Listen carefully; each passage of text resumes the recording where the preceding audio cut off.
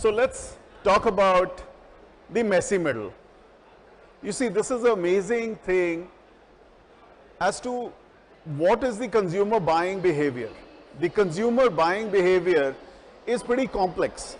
The consumer buying behavior or the decision process is quite messy. As you can see in the left side, it's quite messy. It's like, you know, that ball of wool, which is like, really, you really don't know what is connecting where, and so many times you are like stuck up there.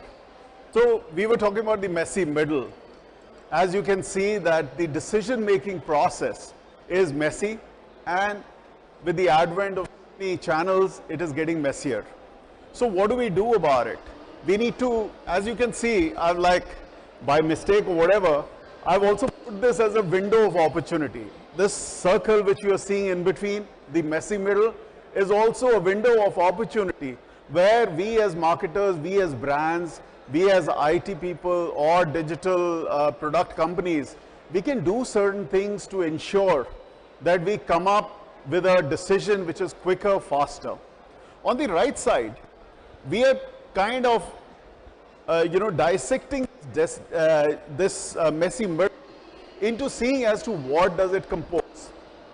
A decision, the buying decision starts from a trigger. So the trigger could be a customer is seeing a full page ad which is about a fan which is IoT operated. It could be a coffee mug, it could be something else, and that creates a desire or a trigger point for a person to buy, right? Now is the time where the trigger has started and we start moving into the messy middle part, which is a jumble, and till the time there is a purchase which happens at the bottom. As you can see in the bottom, the purchase. So we start with the trigger point, we go to the purchase, and in between we have this messy middle of exploration and evaluation. So exploration is where the customer would look for facts, he'll look for your website, he'll look for your portal, he'll go to your e-commerce site, he would go to your experience center, he may like the experience center to come back to him, and that is the exploration where he's trying to look at as to what are the options which are there, and simultaneously there is a process of evaluation which is going on. I have a few important things about this. I'll just talk about them. What happens between the trigger and the purchase decision making is not linear.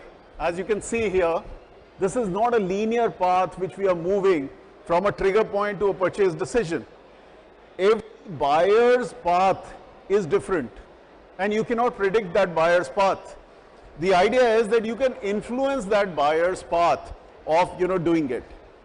The messy middle is the complex space between the triggers and the purchase where the customers are either won or lost. So either I'll have the customer buying my product or the customer buying my competitive product or the customer dropping the decision of buying the product itself, right? And there is a complex touch points of web which is there, which varies from customer to customer. And eventually, what are we looking for? We are looking for convenience, we are looking for durability, we are looking for cheap, we are looking for best. And every customer, every decision, all these factors vary. What best is for me is not the best for you, is not best for the third person. So it is pretty important for us to make sure as to how do we come up and show our product to be the best product for the customer to buy. So messy middle, the closing the gap between trigger point and the purchase. We have various tangentials, arrows which are going on. We need to see as to how we have this arrow which goes straight. The red arrow is the arrow on which the customer traverses between trigger point to a decision making, and that gets our product in the mindset of the customer and the customer buys a product. So what can we do to achieve this? We can do 4 things. We can do plenty of things, but I've picked up 4 points. Ensuring your brand presence. If somebody does not know about your brand, you are not in consideration. Ensure that your brand is there for the exploration and it's on top of customer's mind when he is looking at your brand.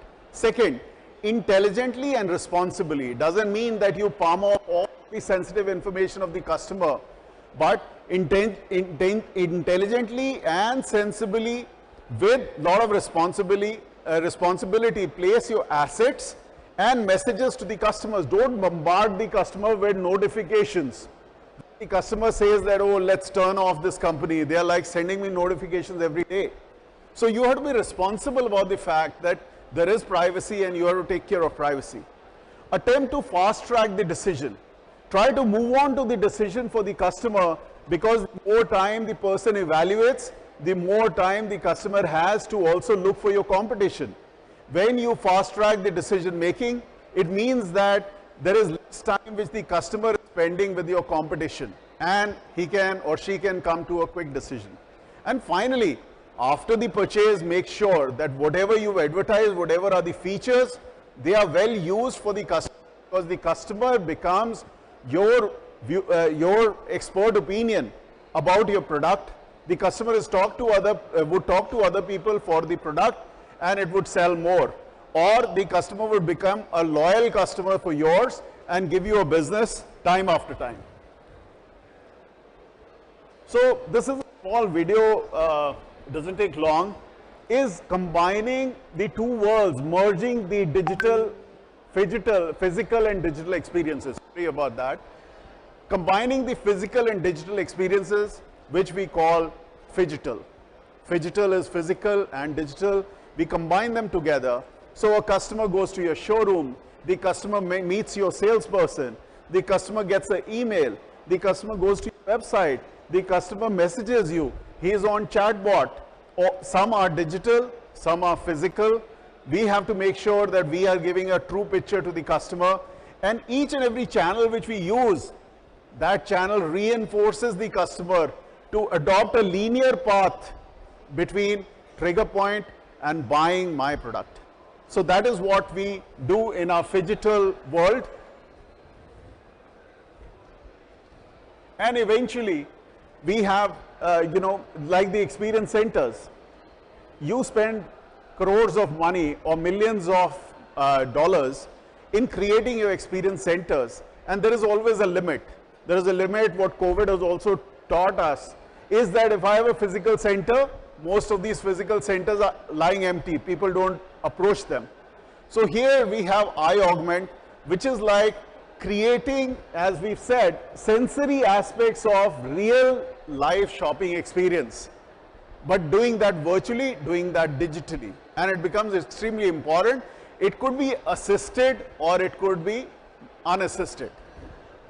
We move on further. So I mean, in Augment Without Limits, we are talking about having impactful, immersive interactions, having a bottomless content repository. I can have videos, I can have images, I can have 3D models, I can show it all to the customer.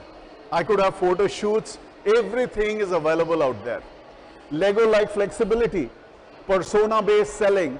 I mean, every customer is quite different. I may have a high net worth individual, I may have a budget guy. And both these guys have absolutely different way of exploring your product. And you have to make sure it has to be persona-based buying. And eventually, an infinite showroom space where you don't pay rent.